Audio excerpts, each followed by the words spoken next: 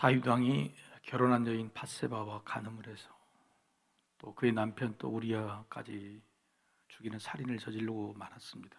굉장히 큰 죄지요. 그런데 이런 큰 죄를 짓고 다윗의 마음에 죄책감이 있었을까요? 당시 다윗은 수많은 왕비, 왕후, 자식들, 무소불위의 권력을 가지고 있었기 때문에 오라면 오고 가라면 가라는 상황이죠. 당연한 것으로 알았을까, 아니면 최소한 죄책감을 가지고 있었을까? 밧세바가 아이를 갖게 됩니다. 큰일 났다고 생각한 거죠. 이걸 덮어야 되겠다. 그래서 남편 우리아를 전쟁터에서 불러서 남편이 아기를 갖게 한 것으로 꾸미려 하다가 결국 실패하고 우리아를 최전선으로 보내서 죽이고 맙니다. 여러분, 이런 상황을 보면 적어도 다윗은 큰일 났다, 감추어야 되겠다, 그런 마음이 있었던 것 같습니다. 이런 걸 우리가 나름의 죄책감이라고 볼 수 있다면 볼 수 있겠습니다. 그런데 이런 죄책감이 이 죄책감으로 끝나지 않게 되는 일이 있었습니다. 바로 최측근 나단 선지자가 하나님의 최측근이기도 하죠. 하나님의 말씀을 듣고 다윗의 최측근이기도 한 이 나단 선지자가 다윗에게 꾸중을 합니다. 그럴 때 그 회개에 촉구하는 것을 듣고 밤낮 며칠을 울며 불며 하나님 앞에 매달리는 그때의 다윗의 심정이 기록된 본문입니다. 최측근을 잘 두어서 산 거죠. 요즘 핵심 관계자, 최측근, 문제가 뉴스거리죠. 아시나요? 잘 모르십니까? 정치 이야기를 하니까 관심이 없으시군요. 제가 정치 이야기를 하자는 뜻이 아닙니다. 예수님께서도 핵심 관계자, 측근이 있었고 우리에게도 핵심 관계자가 있죠. 누구나 다 있는 겁니다. 하지만 그 핵심 관계자가 본인에게 이로운 사람인지 아니면 해로운 사람인지 이게 관건이죠. 즉 관계자가 핵심이 되는 것이 아니고 핵심자가 핵심이 되게 하는 관계자여야 합니다.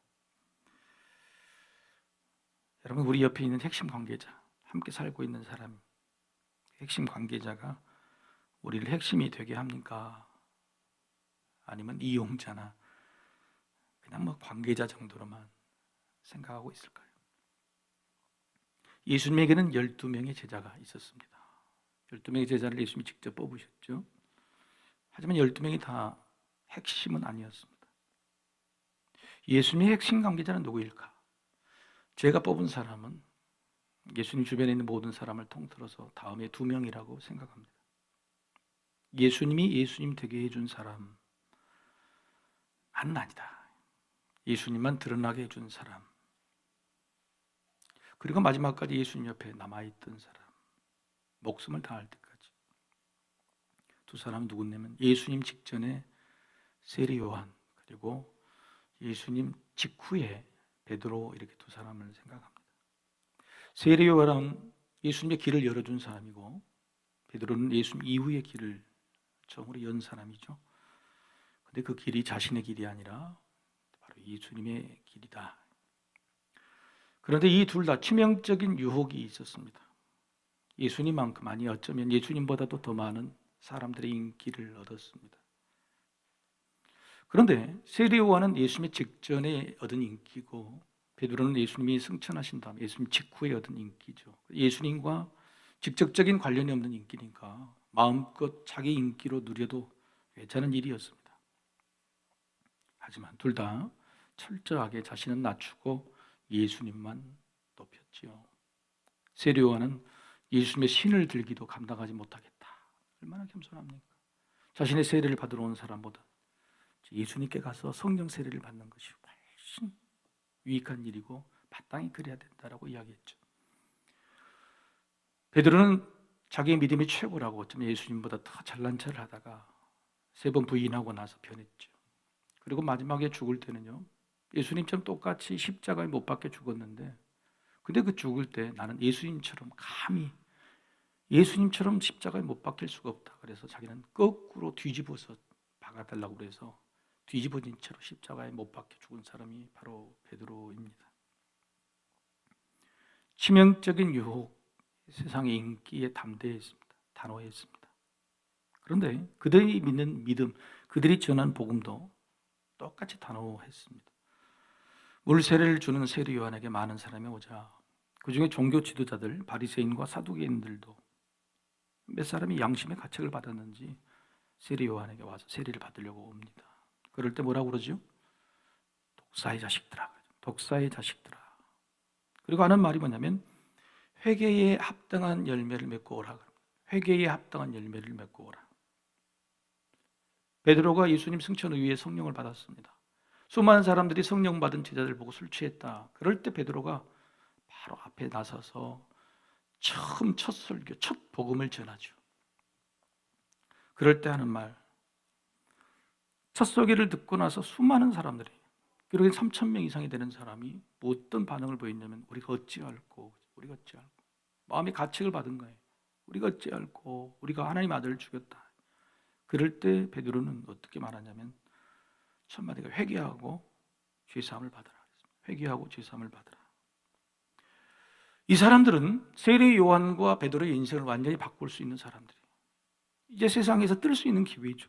수천 명, 수만 명이 자기 앞에서 무릎 꿇는 상황인데 바로 그런 기회의 사람들 단호하게 끊어낸 겁니다. 두 사람 모두 지킬 것은 지키고 할 것은 하고 오라고 말하죠. 왜 그렇습니까? 이 둘 다 분명히 예수님의 뜻이 뭔지를 알았습니다. 그것은 뭐냐면 죄책감만으로는 구원받을 수 없다. 죄책감, 세례 요한에게 세례 받으러 오는 사두개인과 바리새인들 죄책감을 느끼고 있었습니다. 베드로의 설교를 듣고 우리가 어찌할꼬 죄책감을 느꼈습니다. 그러나 그 죄책감만으로는 구원받을 수 없다. 단호하게 이야기한 겁니다. 회개하고 오라. 물론 예수님의 십자가 용서는 차별이나 구별이 아니죠. 세상 모든 사람들에게 베풀어지는 용서입니다. 그래서 예수님의 말씀에 이 말이 많죠. 누구든지 나를 영접하면 하늘에 계신 하나님이 너희를 영접할 것이라고. 누구든지 다 베풀어주신 용서죠. 이런 말씀도 있죠. 누구든지 목마르거든 내게로 와서 마시라. 누구든지 마시라 하셨죠. 이 누구든지라는 말은 일반적인 구원입니다. 모든 사람들에게 허용된 구원이죠. 얼마나 감사합니까? 세상 모든 사람들에게 베풀어준 기회요 약속이니. 그런데 이 누구든지라는 이 말을 최측근, 예수님의 최측근 가족에게는 전혀 다른 의미로 사용하신 적이 있었습니다. 마태복음 12장 50절의 말씀. 누구든지 하늘에 계신 내 아버지의 뜻대로 하는 자가 내 형제요 자매요 어머니이니라 하시더라. 누구든지라고 분명히 말씀하셨는데 누구든지가 아닙니다. 하늘에 계신 내 아버지의 뜻대로 행하는 자죠. 범위가 대폭 좁혀집니다. 어떤 상황입니까? 세상 사람들이 예수님을 인정하기 시작했죠. 기적과 표적, 수많은 말씀들을 통해서 사람들이 예수님 앞으로 몰려듭니다. 소문이 났죠. 그때의 예수님의 가족들이 그제서야 우리가 알고 있던 그 형, 우리가 알고 있던 그 오빠 아들이 진짜 예수님 하나님의 아들인가? 라고 의심하기 시작인 거예요.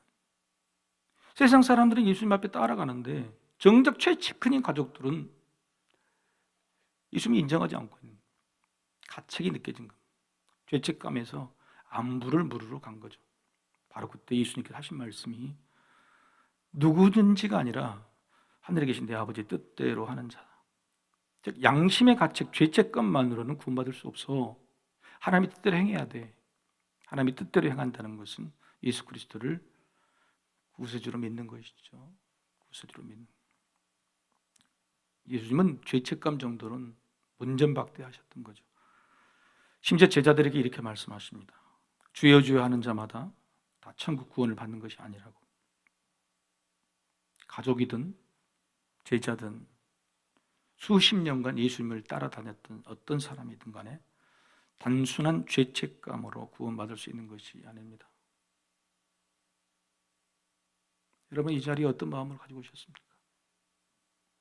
대표교대 한구들처럼 아니 늘 여기 와서 십자가를 바라보는 우리 마음처럼 지난주에 하나님 뜻대로 못 살았네요. 그리고 지나가는 것. 아니면 그런 죄책감마저도 없습니까?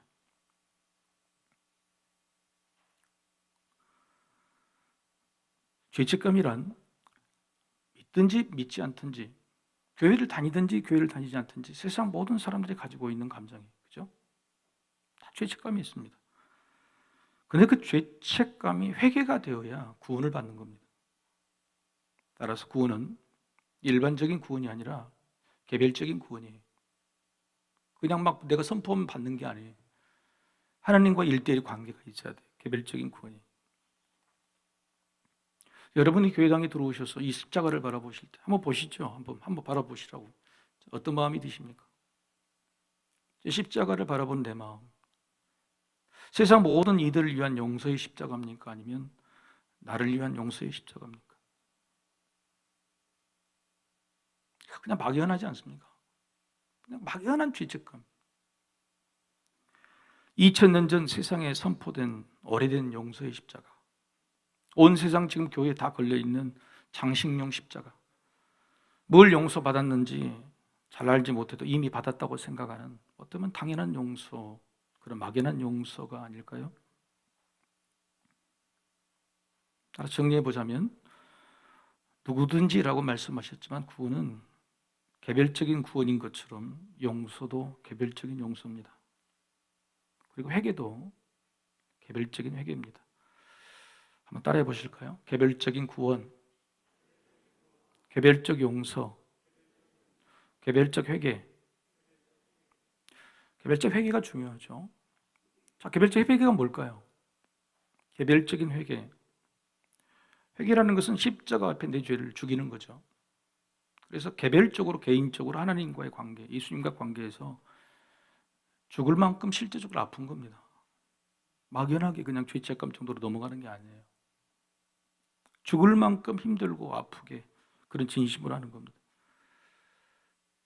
저도 예수를 오랫동안 믿었지만 진짜 예수를 만나게 된 때는 그날 저녁에 제 죄에 대해서 알려주실 때에 밤새 내내 떼굴떼굴 그 토굴 속에서 불렀습니다. 얼마나 아픈지를 몰라요. 내가 너무너무 싫고요. 제가 생각지도 못했던 죄들을 생각나게 하시더라고요. 개별적인 회개가, 그 죽을 만큼 아픈 개별적 회개가 뭔지를 오늘 본문에서 다윗이 보여주고 있는 겁니다. 다시 짚고 가지만 죄책감과 회개는 다릅니다. 죄책감은 자책감입니다. 죄책감은 죄에 대한 무게와 아픔을 혼자 느끼는 것이죠. 그래서 해결할 수 없습니다. 해결되지 않습니다. 그런데 회개는 하나님 앞에서 죄에 대한 무게와 아픔을 고백하고 토로 내어놓는 것입니다. 그래서 해결될 수 있습니다. 하나님이 해결해 주시는 것입니다. 나의 죄를 내가 지고 내가 해결했다고 하는 죄책감과 나의 죄를 하나님께 고하고 하나님께 용서받겠다는 회개는, 그래서 그 마음과 생각의 기준, 뿌리, 방향이 완전히 다른 것이죠. 우리는 죄책감으로 왔는지 회개로 왔는지, 십자가를 바라보는 마음이 다르고 하나님을 생각하는 기준이 다른 거예요. 내 삶의 방향을 결정하는 게 달라지는 거예요. 그래서 사람이 회개하는 것도 중요하지만 회개를 하면서 하나님에 대하여 어떤 생각을 가지고 있느냐, 가지고 어떻게 회개하느냐가 참 중요하죠. 누군가가 잘못했는데 잘못했어라고 한 게 아니라 진심을 가지고 어떻게 회개하느냐, 어떻게 잘못했다고 하느냐, 우리 그걸 더 회개의 모습으로 보지 않나요? 여러분, 회개를 하려면, 하나님께 용서를 받으려면 하나님이 흡족하신 회개, 하나님이 기뻐하시는 회개를 해야 되는 겁니다. 바로 그런 회개가 바로 다윗의 회개였습니다. 자신의 죄책감을 해결을 하려는 회개가 아니라 하나님께 나아가는 회개였기에 회개를 통해서 다윗은 두 가지, 하나님을 알아가는 성장, 그리고 하나님과 친밀해지는 성숙이 있었어요. 수없이 많은 시간을 교회 다녀요. 그것도 맨날 하는 건 내가 믿음이 성장하지 않았다고, 성숙하지 않았다. 그것은 뭔가를 배워서, 뭔가를 들여서, 뭔가 헌신해서 얻는 게 아니에요. 성장은, 성숙은 하나님과의 개별적인 관계, 그게 말하면 죄에 관한 회개, 깊은 개별적인 회개가 어떤 모습으로 진행되었느냐. 다윗의 믿음이 그동안 안 좋은 믿음이 아니었잖아요. 어린 나이서부터 골리앗을 물리친 위대한 믿음이었죠. 여러분, 우리가 사무엘상을 지난 6개월 동안 봤죠, 그죠? 다윗이 어렸을 때부터 심지어는 나중에 왕이 될 때까지 길고 긴 믿음의 연단, 훌륭한 믿음의 과정들을 우리는 지켜봤습니다. 그리고 왕이 되자마자 우리는 사무엘상을 끝냈죠. 위대한 믿음이에요. 근데 그 왕이 됐을 때 다윗이 나이가 30살이었습니다.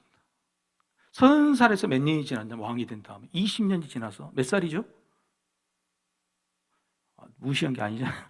잘 듣고 계신 거 확인해 보는 거예요. 자, 왕이 될 때가 30살이고 20년이 지났으니까 50에 밧세바하고 간음하는 거예요.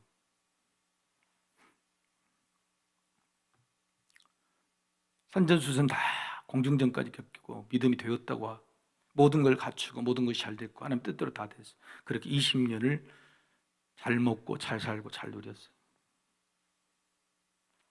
잘 되고 평안하니 믿음이 식어버린 겁니다. 식었다라는 말은 즐겁지 않다 이런 뜻이죠. 다 있고 다 누려서 더 즐거울 게 없었습니다. 다윗에게는 뭐가 부족이 어디 있어요? 온 세상에서 공물을 가지고 세상이 다 평안한데 다 있고 다 누려서 즐거울 게 없는 거예요.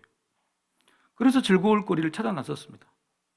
심지어는 그게 전쟁 중에 자기 군사들은 지금 전쟁터에 보내놓고 나서 궁궐에 홀로 남아 뭐 재미있는 거 없나, 즐거울 거리 없나 하고 왕궁을 거닐다가 정원을 거닐다가 목욕하는 밧세바를 보고 간음하게 된 거예요.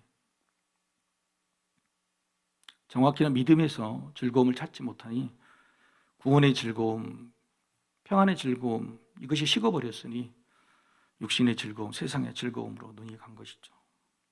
그런데 이렇게 죄를 짓고 보니 잊었던 하나님이 보였고 자신이 누렸던 평안이 얼마나 감사한지, 내가 받았던 그 구원이 얼마나 소중한지 깨닫게 된 것이죠. 자, 그 깨달음에서 나온 회개가 다윗을 얼마만큼 성장시켰는지, 얼마나 성숙하게 만들었는지 그의 회개의 기록들을 보면서 우리 살펴보기로 합니다.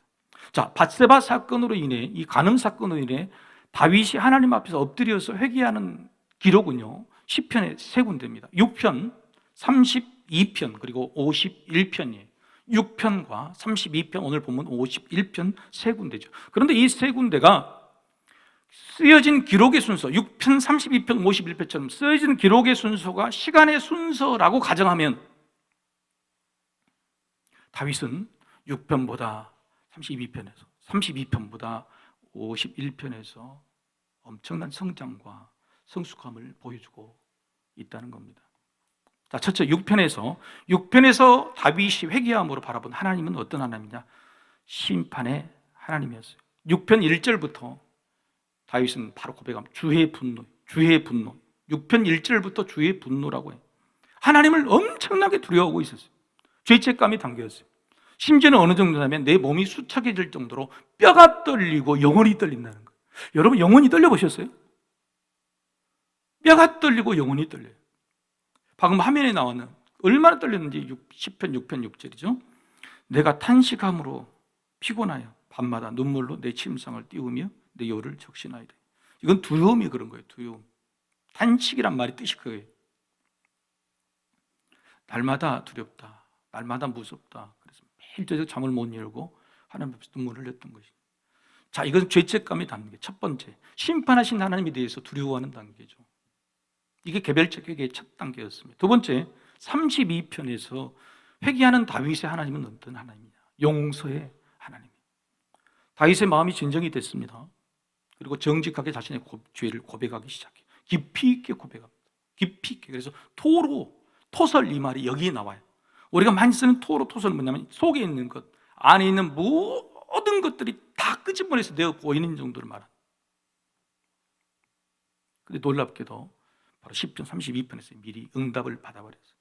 10편 32편 5절의 말씀이죠. 내가 이르기를 내 허물을 여호와께 자복하리라 하고 주께 내 죄를 아뢰고 내 죄악을 숨기지 아니하였더니 곧 주께서 내 죄악을 사하셨나이다. 곧 사하셨다는 거예요. 여러분 사해 주십시오예요? 아니면 사함을 받았다는 거예요? 받았죠. 용서 받았죠. 그래서 10편 32편은요 너무너무 기분이 좋고 너무 즐거웠어요. 심지어는 간증을 합니다. 자신과 같이 죄를 짓거나 힘들어하는 죄책감에 시달리는 사람들, 야 그러지 말라고, 나처럼 토를 해라고. 10편 32편 6절 한번 같이 한번 읽어보실까요? 시작. 이로 말미암아 모든 경건한 자는 주를 만날 기회를 얻어서 주께 기도할지라. 진실로 홍수가 번망할지라도 그에게 미치지 못하리이다. 자, 너희가 죄를 짓고 하나님 앞에 꾸중을 들었을 땐 기회라는 겁니다. 주를 만날 기회라는 거예요. 토설해. 토인이 그러면 진실로 홍수가 와서 덮치지 못한다. 홍수가 와도 너희는 살아낼 것이다. 32배 끝에는요, 사람들에게 기뻐하며 즐거워하라는 거예요. 어쩔 줄을 모르는 거예요. 용서의 즐거움. 이것이 막 자기 안에 막 억제할 수 없을 정도로 튀어나온 거예요. 세 번째, 오늘 보면 51편. 51편에서 회개하는 다윗의 하나님 어떤 하나님이냐면 구원의 하나님. 구원하는. 이미 용서를 받았죠. 용서를 받고 보니까 죄 하나의 구원이 아니었어요. 밧세바의 관음의 문제가 아니었었어요. 내 인생 전체를 전부 다 정리하고 돌아보게 되는 거예요. 그래서 하나님이 나를 택하시고 나를 구원해 주시기로 작정하신 하나님이었구나. 그런 사랑의 하나님을 고백하게 됩니다. 그래서 하나님 앞에 내가 대하는 태도들을 차근차근 정리해요. 그래서 오늘 본문 51편은요, 용서해 주십시오, 나를 구원해 주십시오라는 말씀이 아니에요. 지금까지 이미 용서를 받았기 때문에 거기에 대한 처음부터 끝까지 모든 상황을 차근차근 정리해서 기록한 겁니다. 그래서 여러분 읽을 때 의미를 바꿔서 읽어야 돼요. 하소서, 뭐 하여 주소서가 아니라 하셨다, 하셨습니다. 하여 주시기를 원합니다가 아니라 이미 이렇게 하여 주셨습니다라고 오늘 10편 52편 그렇게 바꿔서 읽어야 되는 겁니다. 고통스러운 회개 고통스럽죠. 여러분 고통스럽죠? 아니에요. 고민해 보자는 거예요. 우리가 지금 죄책감도 없이 왔나? 죄책감조차도 주님은 그냥 문전박대하시는데 우리가 정말 왜 성장하지 못하고 성숙하지 못했나? 다윗이 보여주는 거죠. 자, 오늘 이 회개 과정을 통해서 다윗이 얻게 된 성장과 성숙은 4가지가 있습니다. 조금 어려울지 몰라도 여러분이 그 설교 요약지는 정리가 됐죠. 첫 번째 뭐냐? 밧세바와 간음이라는 한 가지 죄에서 벗어났어요. 한 가지 죄에서 뭘 느꼈냐면 오늘 본문은 읽지 않았지만 나는 모태에서부터 태어날 때부터 죄인이라는 사실을 알게 돼요. 그러니까 내가 이 죄 하나를 지어서 죄인이 아니라 나는 본성 자체가 죄를 지을 수밖에 없는 사람입니다. 내가 그렇게 믿음이 좋다고 생각했는데 죄를 짓게 되었군요 라고 고백하게 알게 된 거죠. 세상 사람들은 내가 이 한 가지 죄를 안 지었어, 절대 죄를 지었다고 말하지 않아요. 우리는 압니다. 한 가지 죄가 아니라 내가 본질적으로 죄인이라는 사실을 알게 된 거죠. 두 번째, 그래서 죄라는 이 한 가지 행위에 대한 용서에서 죄인이라는 존재의 구원, 나라는 존재 자체, 내 인생 전체의 구원이라는 사실을 깨닫게 된 거예요. 죄 하나를 용서받고, 그럼 우리가 고백하지 않고 회개하지 않는 그런 죄들은 또 용서받지 못합니까? 아니잖아요. 나의 존재 자체에 대한, 내 인생 전체에 대한 그런 구원이라는 사실을 그걸 하나님께서 구원의 계획에 그런 거라는 알게 된 거죠. 세 번째, 죄책감을 가지고 죄책감을 해결하는 사람은요, 내 마음의 평안만 찾습니다. 내 마음의 안정감을 찾죠. 그죠? 내 마음이 좀 평안하기를 원하죠. 그런데 그것으로는 해석할 수 없다는 거예요. 그래서 이 다윗은요, 내 안에 내 사람 마음의 회복이 아니라 하나님의 마음이 회복이 돼야 되겠다. 하나님의 마음이 회복이 돼야 돼. 죄책감에서 벗어나는 정도의 그런 알량한 그런 은혜를 기대한 게 아니라 내 안에 하나님의 뜻이 뭔지, 하나님의 사랑이 뭔지, 은혜가 뭔지, 용서가 뭔지 그 하나님의 마음이 내 안에 딱 들어왔으면 좋겠다. 그래서 구하는 것이 뭐냐면 성령을 구합니다. 성령을 구해요. 성령. 하나님의 영을 구해요. 성령이 오시면 내가 이제는 죄를 짓지도 않을 뿐더러 죄 때문에 죄책감이나 흔들지 않겠다. 근본적인 해결책이 뭔지를 하나님 마음, 영을 달라고 기도하죠. 네 번째, 과거의 사건에서 머무는 게 아니라 미래의 자기 사명으로 발전합니다. 하나님께 용서받았는데 과거에서 하나님 내가 앞으로는 이렇게 살겠습니다, 이렇게 하겠습니다라고 나가는 것이죠. 진실로 회개가요, 진짜 회개는 이렇게 돼요. 3가지죠. 다음 주에 살펴보겠지만 그 3가지가 뭐냐? 전도하겠습니다. 하나님을 전하겠습니다. 새 노래. 두 번째는 예배하겠습니다. 제대로 예배하겠습니다. 세 번째는 선한 삶을 살겠습니다. 결단까지 나가죠. 여러분, 우리는요, 신앙의 이런 단계를 지금 거쳐가고 있어요. 수없이 많은 고민과 좌로 흔들리는 것들이 있습니다. 죄를 짓기도 하고 죄를 해결 못해서 여러분 스스로의 죄책감이나 자책감에 시달리고 있을 수도 있어요. 그래서 빨리 성장하고 싶어요. 그죠? 잘 안 되잖아요. 근데 놀랍게도요, 오늘 다윗은요 50년 동안 성장했던 믿음이 와르르 무너졌는데 불과 이 밧세바와의 간음이라는 사건을 통해서 진실로 회개함으로 이 모든 과정을 한 번에 다 통달해버린 거예요. 정리가 돼버린 거예요.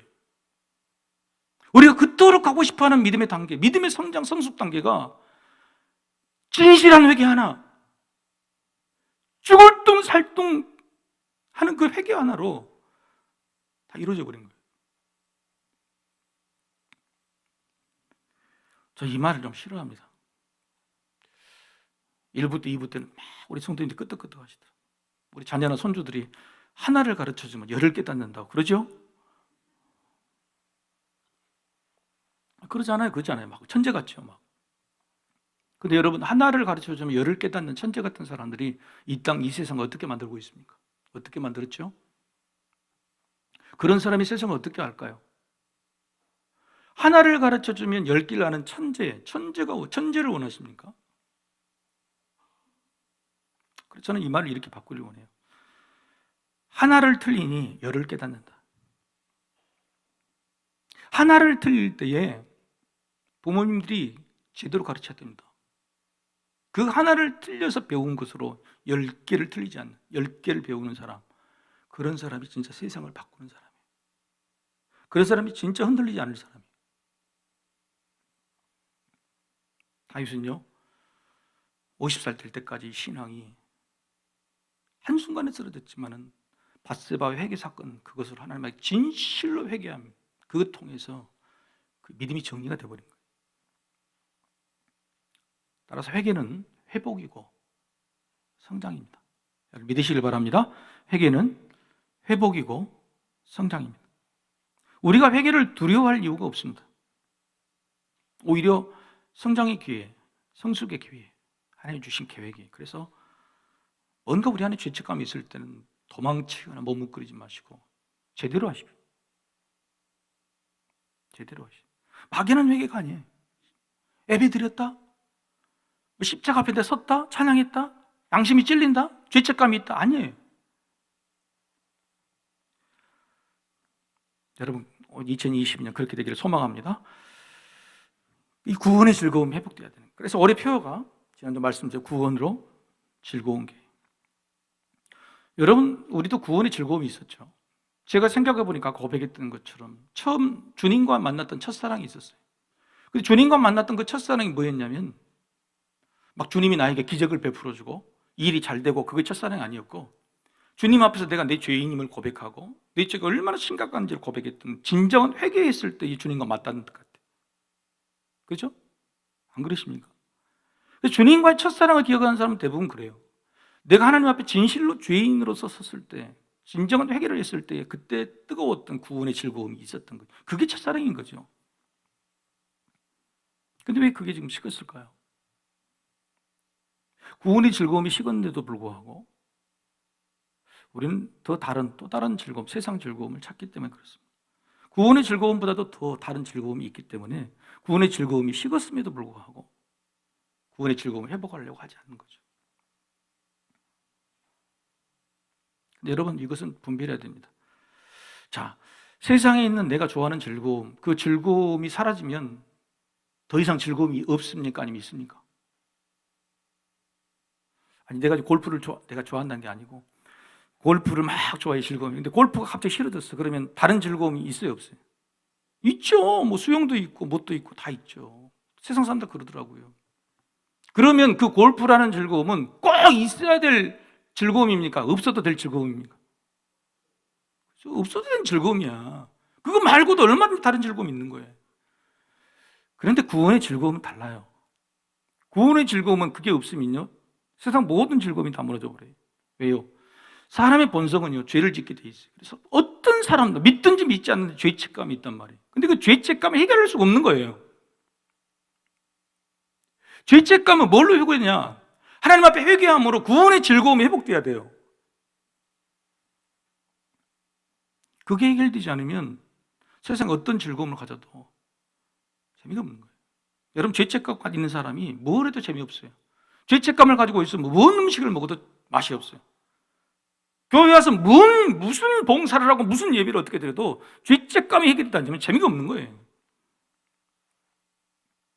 왜 내가 재미가 없을까? 신앙생활에 구원의 즐거움이 회복되지 않았어요. 개별적인 구원, 개별적인 용서, 개별적인 회개, 다윗 같은 그런 회개의 자리가 식어졌기 때문에 그렇죠. 최근에 저도 즐거움이 좀 사라졌습니다. 목사도 그래요. 그래서 좀 즐거움을 찾아보려고 기도했을까요? 죄송합니다. 기도하지 않고 영화 넷플릭스를 뒤적거렸습니다. 저 여러분한테 토로하는 거예요. 네.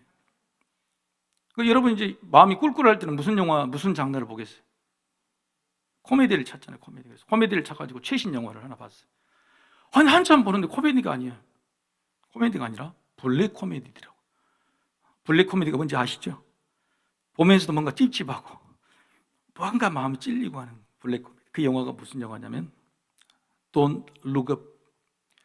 Don't 하지 마라. look up. 위로 올려다보지 마라. 위로 올려다보지 말라는 영화예요. 보셨습니까? 유명한 세계적인 배우들, 가수들이 다 등장하는 거예요. 내용인즉슨 실화를 배경으로 했습니다. 실화를 배경. 한 천문학자가 자신의 대학원생들하고 연구를 하다가 유성 하나를 밟게 되면 별똥, 우리가 행성이죠. 조그만 소행성.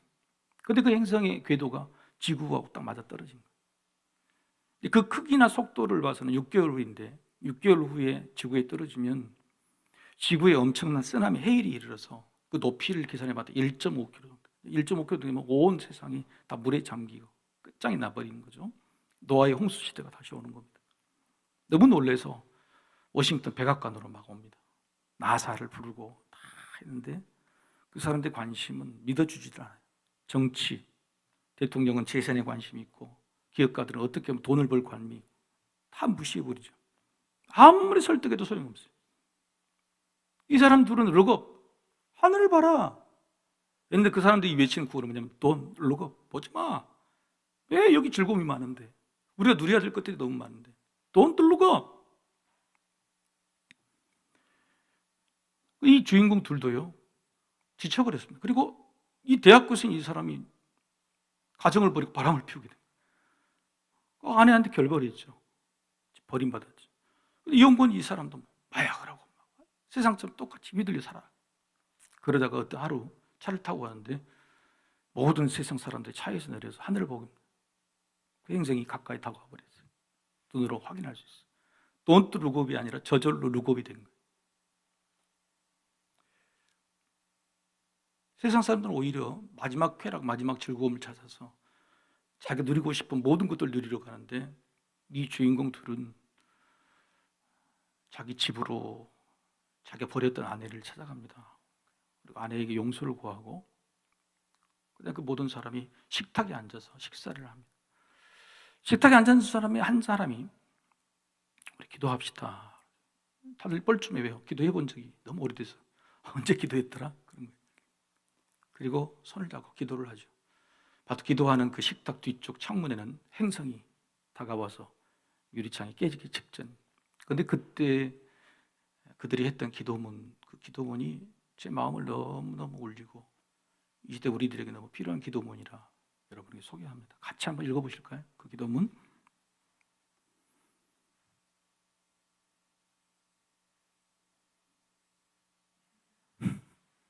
자, 같이 한번 읽어봅시다. 시작. 하늘에 계신 주 전능하신 하나님, 오만한 저희가 은혜를 구합니다. 의심 많은 저희를 용서하소서. 주여, 이 어두운 시기를 사랑으로 위로하시고 무엇이 닥쳐오든 당신의 은혜 안에 담대함으로 받아들이게 하소서. 아멘. 그리고 기도하는데 마지막이 딱 끝나는 거죠. 여러분, 우리 닥쳐올 것이 많죠. 올해 닥쳐왔던 것도 많고 또 우리도 상상할 수 없는 코로나 같은 것들이 또 닥쳐올 것입니다. 뭔가는 닥쳐올 것이에요. 반면에 우리가 감당할 수 있는 것은 점차 줄어만 갑니다. 갈수록 닥쳐오는 것을 이길 힘이 사라져가요. 내 안에는 믿음도 구원의 즐거움도 식어버려서 이제는 문제가 오고 닥쳐온 것이 있다면 도망치고 싶고 세상 즐거움으로 도피하고 싶어요. 하지만 눈곱해야 됩니다. 하늘을 바라봐야 돼요. 우리가 의지할 수 있는 분은 오직 하나님이시고 우리가 누릴 수 있는 즐거움은 바로 환난 가운데도, 닥쳐오는 모든 환난 가운데도 우리를 구원해 주시겠다는 바로 구원에 대한 확신, 구원의 즐거움 뿐이 없기 때문에 그렇습니다. 구원의 즐거움은 모든 즐거움의 뿌리고 세상에 내가 누리고 있는 모든 즐거움이 더 즐겁게 만들어진 힘이고 많은 열매도 맺게 하는 즐거움입니다. 올 한 해 구원의 즐거움으로 여러분의 삶이, 믿음이 회복되셔서 무엇이 닥쳐오든 이겨내시는 저와 여러분이 되시기를 주의 이름으로 축복합니다. 다 같이 일어나셔서 우리 하나님을 찬양하십시다.